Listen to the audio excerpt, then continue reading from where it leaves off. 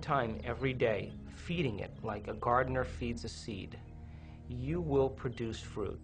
We are running the holodeck.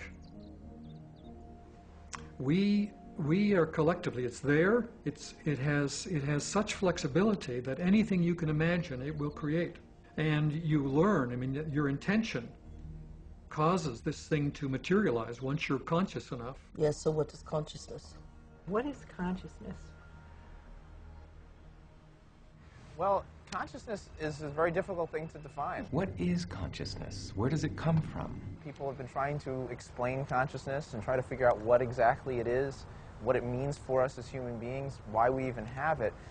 On a simple way of defining it is it has to do with awareness, and in particular it has to do with awareness of the self. That's at least how we as human beings have self-consciousness, so that when we look in a mirror we recognize that it's ourselves that we're looking at and not some other person or some other animal. And do you think science will understand that better than having to handle a hot potato called consciousness that has so much cultish religion, backwater voodoo attached to it? Consciousness has been left out of the equations of physics in general, as well as quantum physics, for a very simple reason. It's easier to do things that way.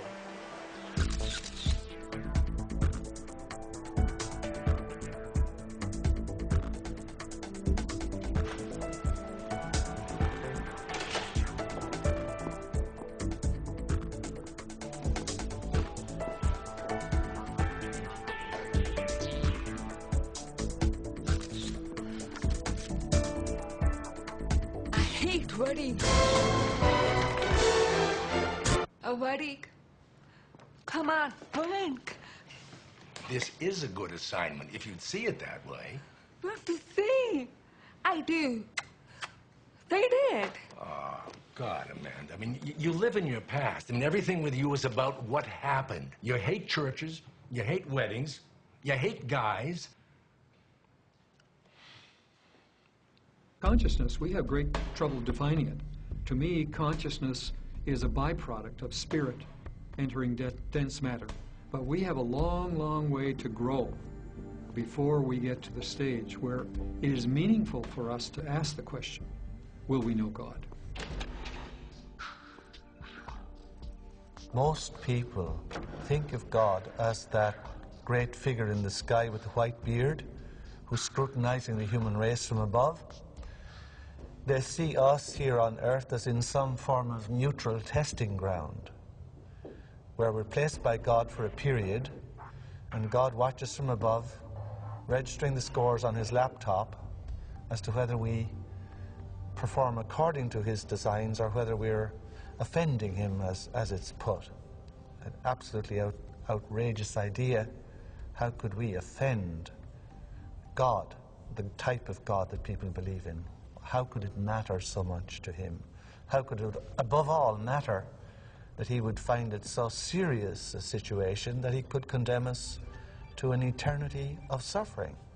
These are bizarre ideas, but obviously they have a great hold on the fears and the limitations and the insecurities of people, which is why religion can play so effectively, whether deliberately or otherwise, on those insecurities.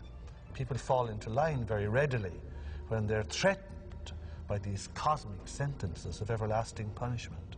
How in the Ten Commandments could we have possibly created a mind that could transcend space and time? No, we're too busy keeping our emotions in check to ever dream of infinite possibilities. And maybe that is the ultimate conspiracy. Even though a given person may have long ago thrown off the trappings of religion, they still live in the religious mold, and they don't even know it. But their whole conception of how reality works is all something that has been molded by religion. So until you get that out of your system, you can't ever make go of an evolutionary perspective. One of the problems with organized religions is that there is this sense of separateness, that it's only good to be a Protestant, or that people who are Catholics are the only people who know the way. And I think now our current understanding of of quantum physics is this understanding of complete unity, and so that we have to derive our spirituality from a sense of unity. This is the basic journey of spirituality. When we ask the question, why am I feeling separate all the time? Speaking of God always conjures up the idea of the old guy with the white beard in the cloud, judging, observing, punishing, rewarding, or giving commands. Once you're on that track, you're totally off the path of spiritual evolution and development.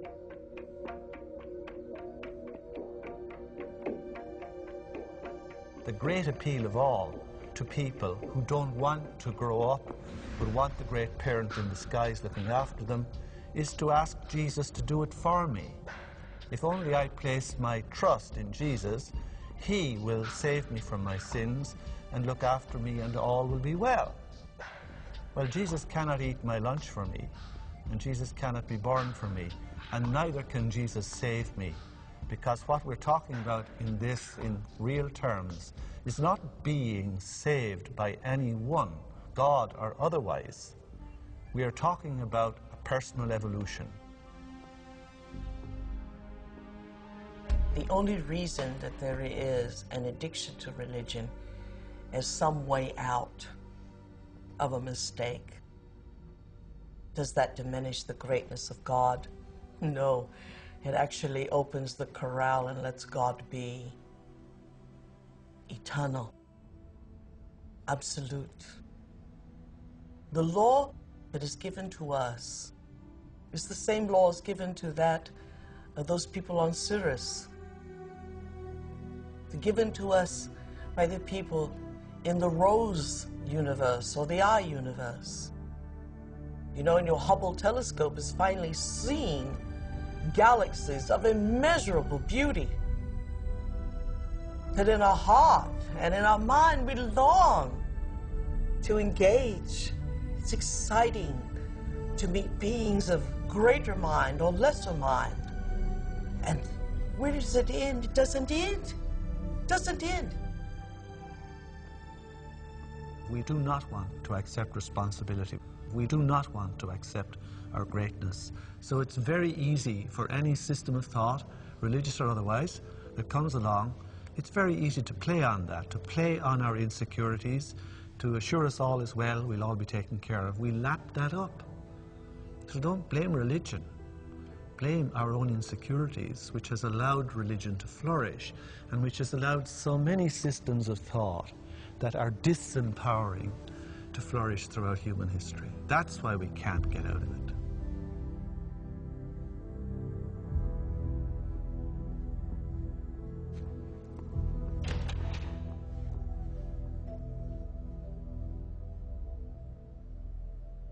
I now present to you Mr. and Mrs. Richard Buck Filipowski.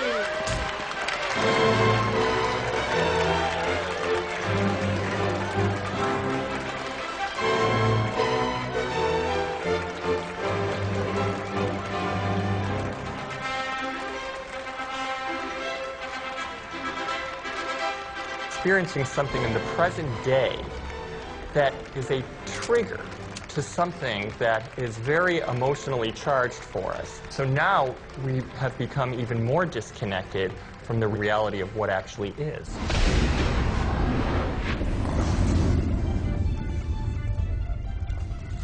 The new dream, like a thunderstorm in our brain, and its electrical strikes through our synaptic skies to the earth of our being, creates a chemical cascade in our body that prepares our body for conquest, achievement, a relishing experience emotionally. But we would have no conquest. Indeed, we would have no relishment if we had not first had that hologram and those chemicals that made us, or rather changed us, from being fearful entities into fearless entities after a dream.